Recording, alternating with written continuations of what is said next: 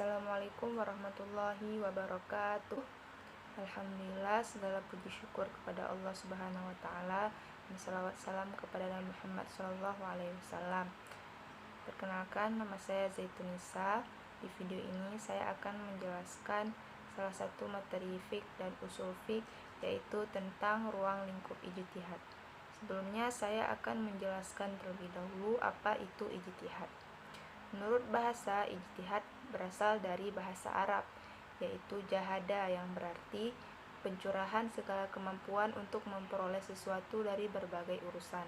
Ringkasnya, ijtihad berarti sungguh-sungguh atau bekerja keras dan gigih untuk mendapatkan sesuatu. Adapun secara terminologis, definisi ijtihad yang dikemukakan oleh ahli usul fiqh adalah pengarahan segenap kesanggupan oleh seseorang ahli fiqh dan mujtahid untuk memperoleh pengetahuan tentang hukum-hukum syar'i.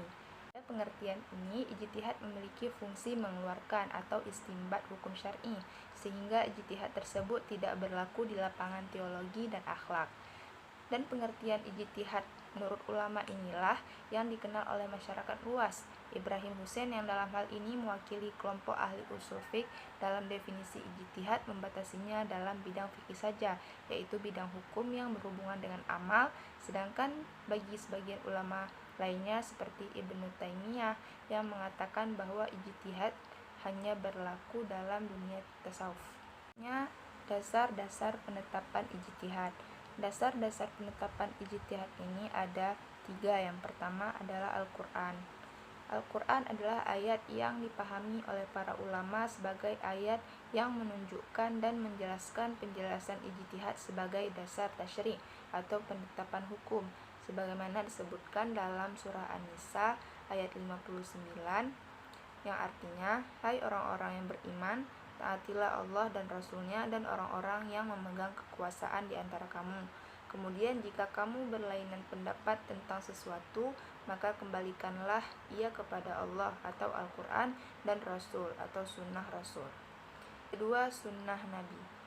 Hadis Nabi Shallallahu Alaihi Wasallam yang dijadikan landasan ijtihad ialah hadis yang diriwayatkan oleh Al-Baghawi dari Mu'az bin Jabal yang menerangkan tentang dialog yang terjadi antara Nabi Shallallahu Alaihi Wasallam dengan Mu'az ketika akan diangkat sebagai qadhi di Yaman.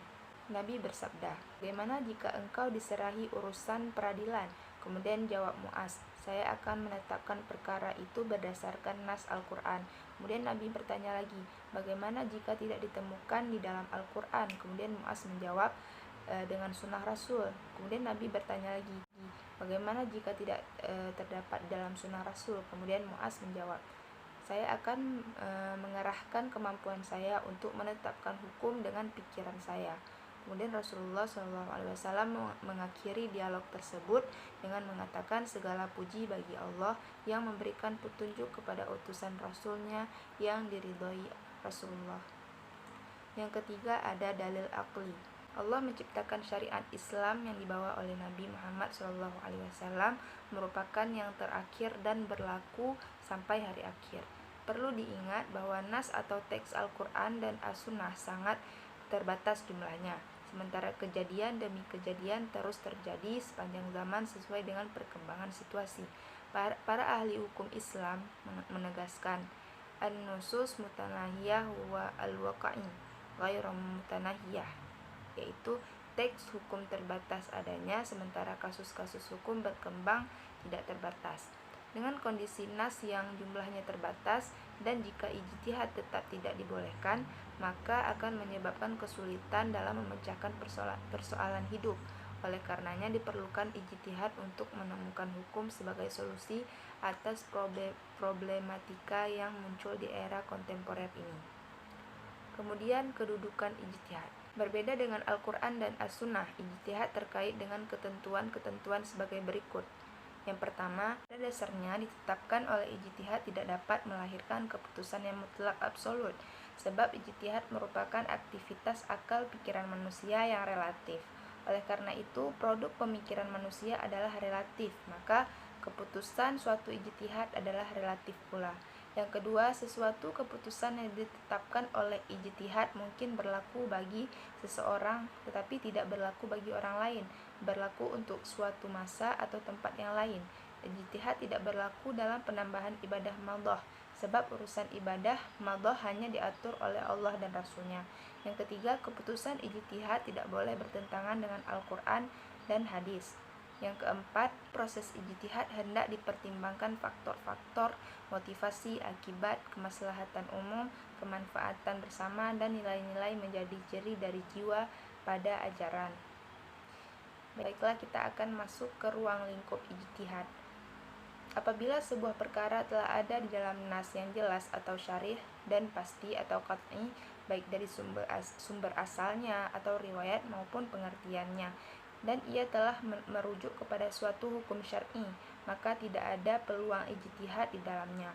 Lebih jauh, Abdul Wahab Khalaf mencontohkan ayat hukum tentang perbuatan zina yang tercantum di dalam surah An-Nur ayat 2 yang berbunyi, Az-zaniyatu waz-zani fajlidu kulla wahidin minhuma mi'atu jaldah, yang artinya perempuan yang berzina dan laki-laki yang berzina maka deralah tiap-tiap seseorang dari keduanya 100 kali dera. Dari ayat ini cukup jelas dinyatakan bahwa hukuman bagi pezina adalah didera, dan juga bilangan dari deraan telah dinyatakan dengan jelas dan pasti. Karenanya tidak ada lagi ijtihad dalam hal jenis hukuman dan jumlah deraan bagi seorang pezina.